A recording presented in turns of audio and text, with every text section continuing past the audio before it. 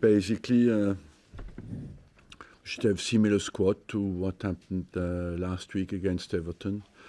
Maybe Danny Welbeck will be back, and we had a few problems with Peter Cech, who is not sure at the moment. He has not practiced, so I don't know if he will be available. And Nacho Monreal looks all right again, so should be a similar squad. If Petr Cech isn't available, David Ospina has shown in this fixture in the past, hasn't he, that he's more than capable of... Yeah, I have no problem with that, David Ospina or Peter Cech. I will make that decision tomorrow. When you look back at the North London derbies over your time here, what are the memories that stand out to you? The memories is always a huge passion, before the game, and the emotional state that becomes a bit more agitated.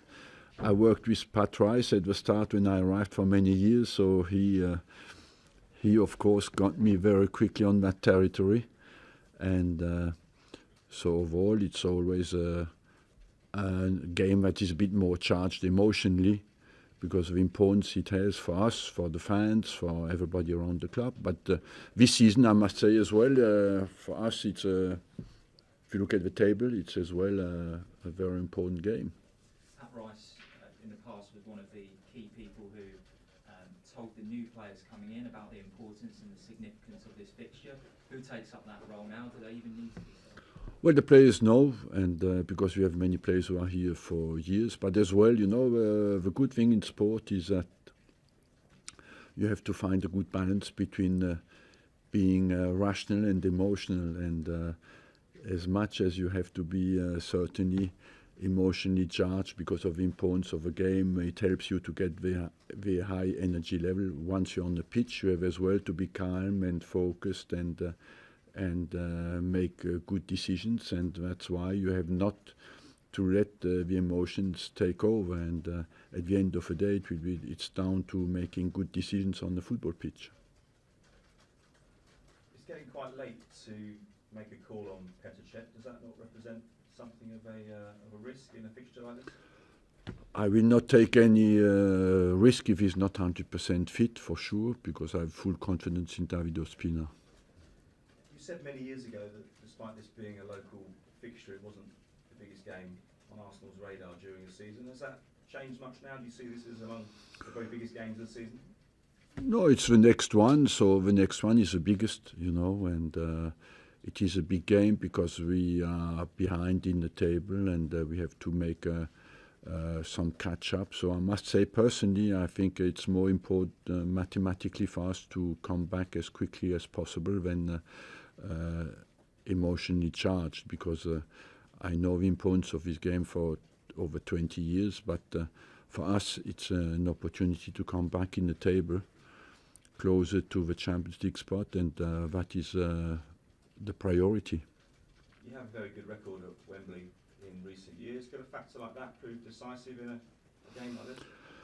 Decisive, no. It has a little weight in it because we feel we have a good level of performances there, so we'll not feel too much away in that situation. But overall, I believe that it will be anyway down to the performance of the day.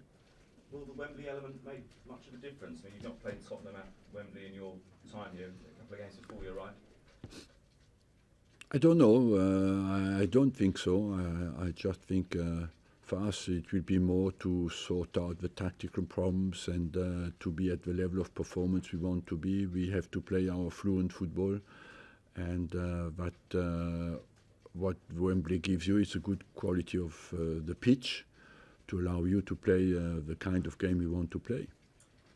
Alexandre Lacazette didn't get off the bench against Everton. Was that a difficult conversation, having to drop him down? Has he taken that news well? Does he understand that new players coming in mean that it's a bit more crowded in that area of the pitch? You do not have to understand too much, the phone. What you want is that everybody focuses to win the game. Is it do they start the game or not? And in this game, we didn't come on because we had a problem with the goalkeeper. but overall, you do not want as well the players too much to understand why they don't play. They don't understand, and I agree completely with them. They want all to play, and that's natural and normal. Is there a better striker in Europe right now than Harry Kane? Obviously hit the 100 mark in the Premier League. If you look at the numbers, no, because he has high numbers, but I believe that what you want in a game like that is to keep him quiet, and our strikers who are top class in Europe as well to express their talent. Their manager, Maurizio Pochettino, gave some comments the other day. He said that football is about tripping the opponent. He almost seemed to be defending the acts of diving. What does someone like you make of that? Football, I'm convinced that he wanted to say tricking your opponent is to say you have to be clever, you know. How far was it an apology for diving? I'm not sure at all, you know. I don't think he would. In my personal case, no. So overall, I must say we have to get the diving out of the game. I remember there was tremendous cases here when it was the foreign players who did it. But I must say the English players have learned very quickly, and they are maybe the masters now. Some comments a few days ago from the Borussia Dortmund CEO saying that Pierre-Emerick Aubameyang withheld performances before he joined Manchester United. Did that ring any alarm bells in your head about his character, his personality, perhaps? Can you repeat that? Yeah, the Borussia Dortmund CEO last week said, or earlier this week, said that Aubameyang withheld performances before he left Borussia Dortmund, i.e. he wasn't giving his best. I don't believe so. If you look well at the history, he played only one game. You know, he played. They suspended him for 2 or 3 games, one before the break and one after the break. So he played only one game at home where they played the 2-2, I think, against Werder Bremen. So maybe was not completely ready physically to perform at his best. But I don't believe that he didn't want to perform. Finally, from me, just looking at the Riyad Mahrez situation, do we have to accept that that's the modern game now, that is within the gift of a modern player, or would his conduct possibly make a leading manager, leading coach, leading club even shy away from signing a player who's displayed that kind of conduct? No, you want the clubs to behave well and the players to behave well.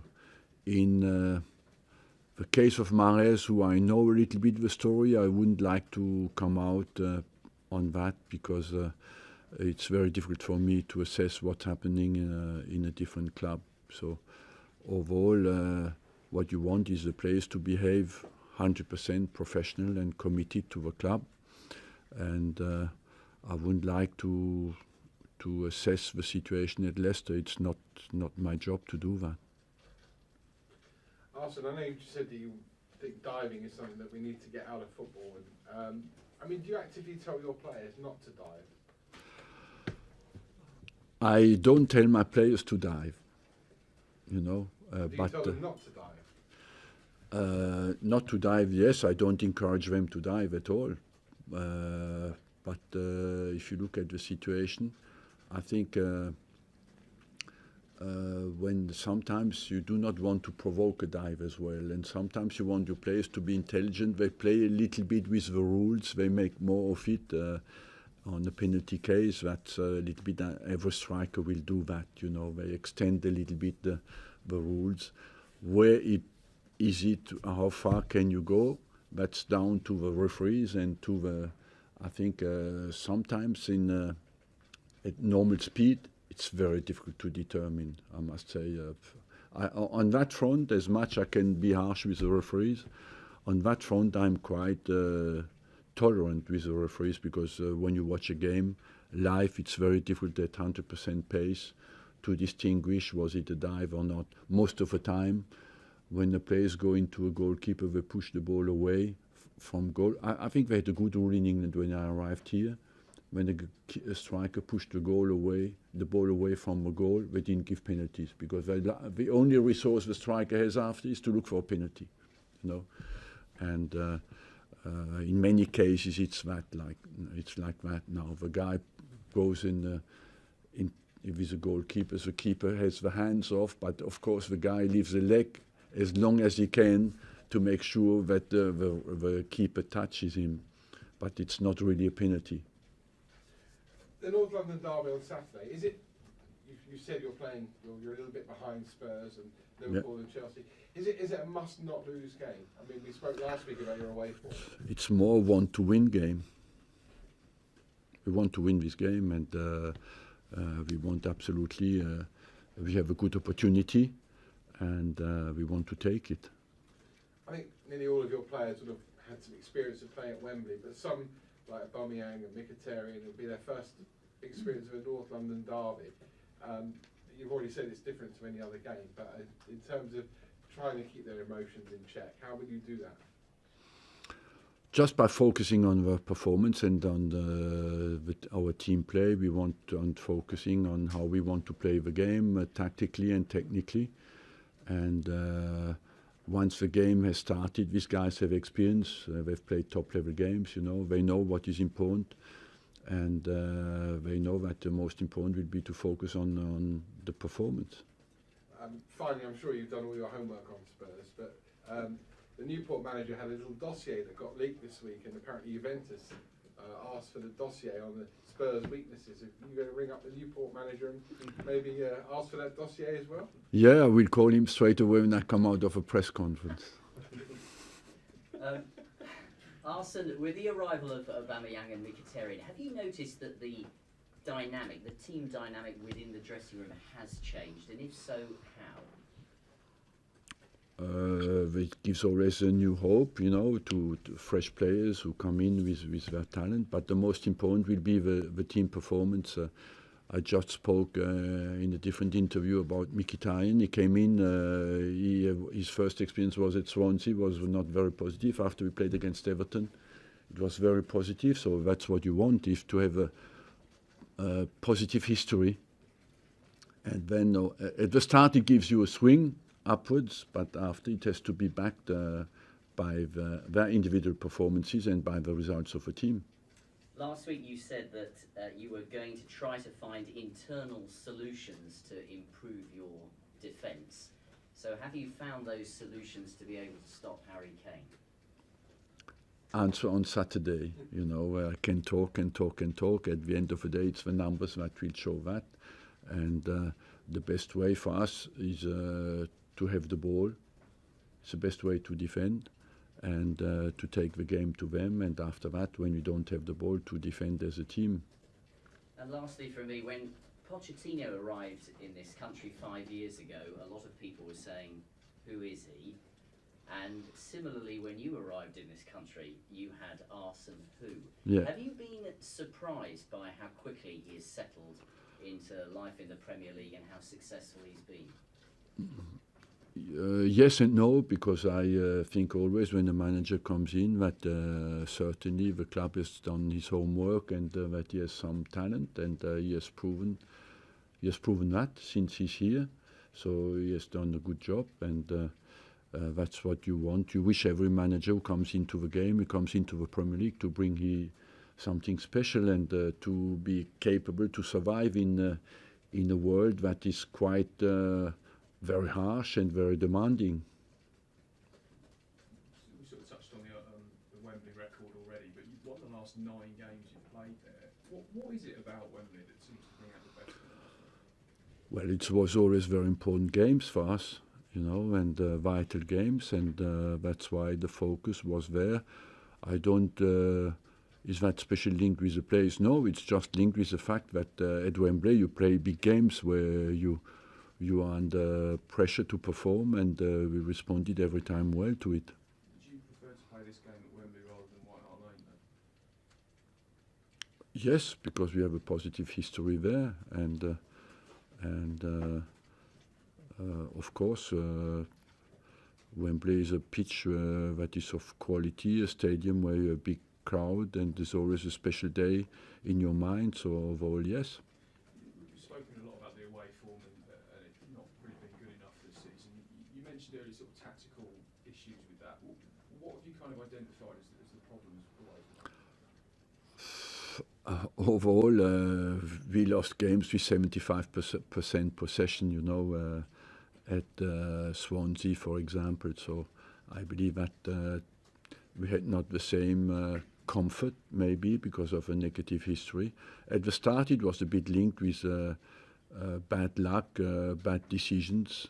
I speak about Watford, West Brom, where after that, of course, you questioned about your away form. And overall, after that, it affects you, because we lost the last 2 games away from home. At Bournemouth, we were 1-0 up. At Swansea, we were 1-0 up. And when you look at kind of mistakes we made, I'm quite optimistic, because I'm sure we will not repeat that eternally. And just finally, Aubameyang and Mkhitaryan, have you got any doubts at all about throwing them into a game of this magnitude, sort of this early on in their Arsenal career, or are you confident they can do it? I think we are in the middle of a season, so these guys are top quality players, and why should they not repeat that kind of performances? Arsene, can I just ask you one about Mkhitaryan? There were a few people talking on Saturday before the game about how in one of his first training sessions some strikers stayed behind for some drills, and Mkhitaryan volunteered to put the balls in rather than a coach doing it. Is that good character and attitude you've seen? He's a professional, he's very professional attitude, yes, and overall I think that's what you want from every player. I'm not surprised by that, because I find that absolutely normal. Thank you very much.